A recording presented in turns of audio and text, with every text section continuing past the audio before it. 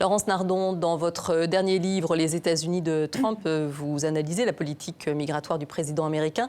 Alors, est-ce que ce type de situation ne va pas finalement continuer à se reproduire, compte tenu de son projet de prolongation du mur ? Oui, là c'est vraiment très émouvant ce reportage, mais c'est sur un cas de figure très particulier, sur des Mexicains qui sont privés du droit d'aller eux-mêmes en touriste aux États-Unis pour des raisons très pointues. Mais vous avez raison, ça s'inscrit dans une politique anti-immigration du président Trump. Il a été élu sur ce mandat. Et donc, il y a non seulement le mur avec le Mexique qu'il est en train de poursuivre, mais également ce qu'on appelle le Muslim ban, c'est-à-dire ce décret que Trump a fait passer pour entraver l'arrivée aux États-Unis de citoyens en provenance de certains pays à majorité musulmane. Donc, on est effectivement dans une période de grand repli des États-Unis par rapport à leur tradition d'accueil qui avait été celle du 19e siècle. Et puis ensuite, à partir des années 60, les portes s'étaient réouvertes. Là, on voit une fermeture assez ferme, malheureusement. Voilà, c'est ce que vous expliquez bien dans votre livre, donc les États-Unis de Trump.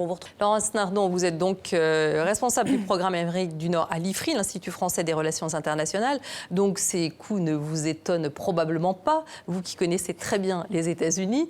Vu de France, ça paraît absolument incompréhensible. Alors qu'est-ce qui justifie ces prix exorbitants ? Eh bien, en fait, ça a toujours été assez cher de se consacrer à une éducation supérieure aux États-Unis, mais on a quand même une explosion depuis les années 90, plus 500% du prix moyen de l'éducation supérieure. Et comment on l'explique ? Alors, plusieurs raisons. D'une part, en fait, je pense que déjà, il y a l'offre et la demande. C'est-à-dire que les parents et les jeunes ont bien compris qu'un diplôme était vraiment indispensable pour gagner bien sa vie une fois adulte. Et donc, ils sont prêts à payer plus. Donc, du coup, ils sont prêts à payer plus. Donc, les prix augmentent très naturellement puisque le marché reste tout aussi dynamique. Première raison. Deuxièmement, les universités elles-mêmes cherchent à rester dans les premières places du classement. Or, le classement des universités aux États-Unis, il ne se fait pas tant sur l'excellence de l'éducation, le niveau de salaire des étudiants une fois dans la vie active, il se fait sur des points très concrets.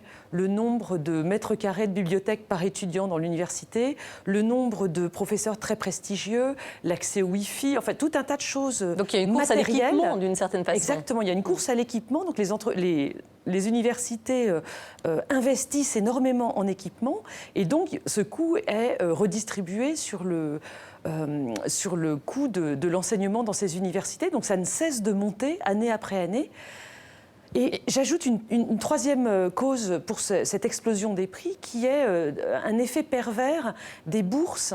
Parce qu'évidemment, comme beaucoup d'étudiants ne peuvent pas se payer. Oui, parce qu'il y a quand même dans ces universités des étudiants qui sont boursiers. Oui, et ces bourses sont accordées par les États, par les collectivités locales, par des philanthropes, mais aussi souvent par les universités elles-mêmes qui ont besoin de donner des bourses à des étudiants nécessiteux pour augmenter le niveau de diversité dans leur université. Donc c'est répercuté finalement sur ce que paient les autres étudiants. Voilà. Si vous avez 10 ou 15% des étudiants qui ne payent pas, le coût de leur enseignement est répercuté sur les autres. C'est un peu la sécurité sociale. Oui, c'est un effet pervers parce que ça fait à nouveau monter le prix de l'enseignement pour les étudiants qui payent. Alors est-ce qu'on va assister à une bombe à retardement comme il est dit dans le reportage ? Obama avait tenté de mettre un frein à ces prêts étudiants. Le problème des prêts étudiants comme celui de la jeune femme qu'on voit dans le reportage, c'est qu'ils sont victimes de prêts abusifs, c'est-à-dire qu'ils s'endettent auprès d'organismes bancaires ou parabancaires qui leur font payer des taux d'intérêt absolument monstrueux qui doublent ou qui triplent le prix de l'enseignement au départ. Donc c'est ça qui les étrangle au final. Bombe à retardement absolument, parce que les États-Unis pourraient manquer dans l'avenir d'étudiants diplômés, enfin de personnes compétentes pour remplir les tâches dont elle a besoin. Et puis, plus largement et de manière plus grave, le fait que les familles des classes moyennes aient de plus en plus de mal à envoyer leurs enfants à l'université, c'est véritablement une rupture du contrat social américain. Le contrat social américain de 1787, il dit que tous les gens peuvent s'enrichir, devenir de plus en plus prospères, de plus en plus heureux dans la vie, et notamment grâce à l'enseignement supérieur. Si on ne peut plus accéder à l'enseignement supérieur, ça fait des familles dont les enfants ne pourront pas s'élever dans l'échelle sociale. Et ça, pour le contrat social de l'Amérique, c'est finalement le plus grave. Mais alors la discrimination positive, qui est quand même l'un des fondements aussi de l'accès à l'université, qu'en est-il aujourd'hui? Alors la discrimination positive, c'est encore autre chose, c'est le fait de faire rentrer à l'université des personnes issues de minorités qui traditionnellement sont plus pauvres, qui ont moins de chances de s'élever dans la vie.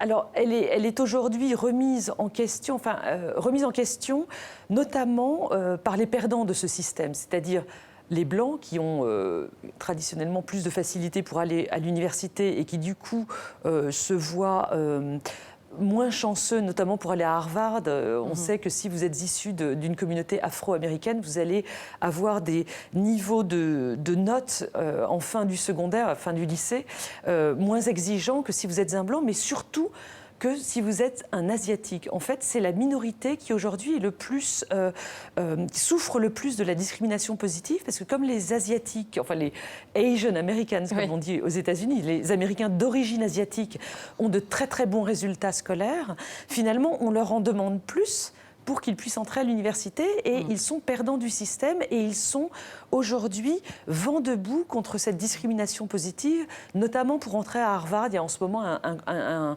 procès qui est en cours et qui pourrait éventuellement remettre en cause l'application de la discrimination positive. Alors, dernière chose, il faut non seulement être excellent sur le plan scolaire, mais il faut aussi montrer un curriculum extrascolaire très étoffé. Oui, alors c'est ça. Donc, vous devez déposer un dossier le meilleur possible pour rentrer dans ces grandes universités. Donc, votre niveau scolaire est pris en compte, évidemment. Et puis, de manière un petit peu abusive, je pense, il faut mettre sur votre CV tout un tas d'activités extrascolaires, aider les personnes nécessiteuses dans votre communauté, là où vous habitez, parler des langues, faire du piano, que sais-je. Et c'est un peu une course à l'échalote, si vous voulez, pour les étudiants qui doivent peut-être remplir des lignes de manière un petit peu artificielle. Merci beaucoup, Laurence Nardon, pour cet éclairage donc, sur les États-Unis de Trump, donc le titre de votre dernier ouvrage paru aux éditions Talendier. Merci. Merci.